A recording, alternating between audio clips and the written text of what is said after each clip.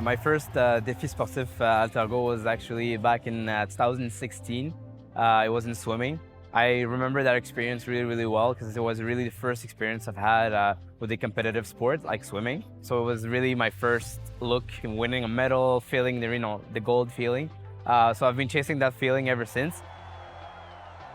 Defi is an incredibly diverse event, attracting nearly 6,000 athletes that range from young school children to seniors competing in boccia.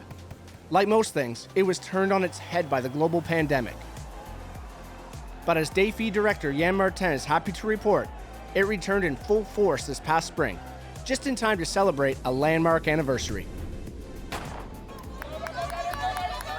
It's the biggest multi-sport annually event for disabled people in Canada. 40th anniversary is amazing. One of the biggest year we've had. It's a comeback for us with people coming here and not virtually or anything like that. So we're really happy about that. We hope the kids can see the older athletes and those high-level athletes and being inspired, but also we'd like to see those high-level athletes seeing the kids and knowing why they're competing, why they're doing this sport, and how they can inspire those kids to hope for something like that. There are a plethora of sports on display at the event, including soccer, ball hockey, and track and field. But one of the truly unique aspects of Defi is the fact that it merges worlds, platforming both adaptive and able-bodied sports.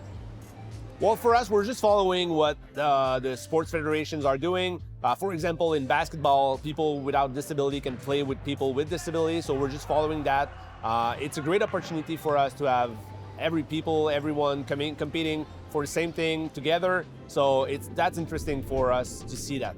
We're integrating every people of every disability, every age, every sport that wants to compete. Everyone is invited to Defi Sportif. Nobody is happier to keep accepting that invitation than Saoud.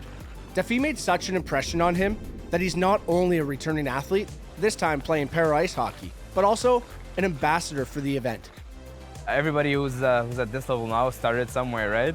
When I first started, I've been looking at other athletes and other ambassadors as well, and I've been like, wow, like they're excelling in every aspect of their lives, right? They're going to university, doing a lot better in their sport, they're doing well with their family. So I think it was a big inspiration for me just to see those guys and be like, okay, I'm gonna be there someday for sure. So that really was the kick for me that I needed to be here today.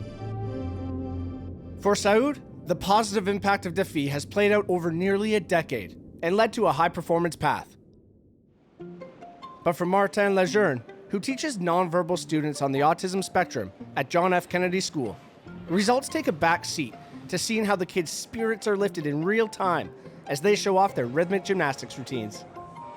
It's two worlds, because when you practice in school, there's our classroom, our classmates, and there's no other people. Though there's no the judge, the lights, the crowd, and most of the time it's more nervous for us than for them. So you cross fingers to just go. I pray to. I hope they're gonna be the job as they did in classroom. The gold medal, as I said, is for the adults. It's not for the kids. The kids, they have fun, they participate, they see each other, they see other things. The big thing is if they came here with the smile and they go out with the smile, the job is done.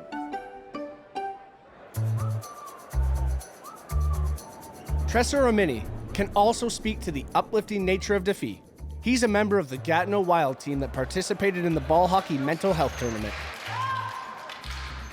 For us, we play for mental health, and it's to acknowledge that even if you have a problem, a mental health problem, or you have lived with a mental health problem, you can play hockey and you have the same talent as anyone. So it's a representation. Encourage everyone to come and play, and it's really for good spirit, and it's really good for the daily basis task.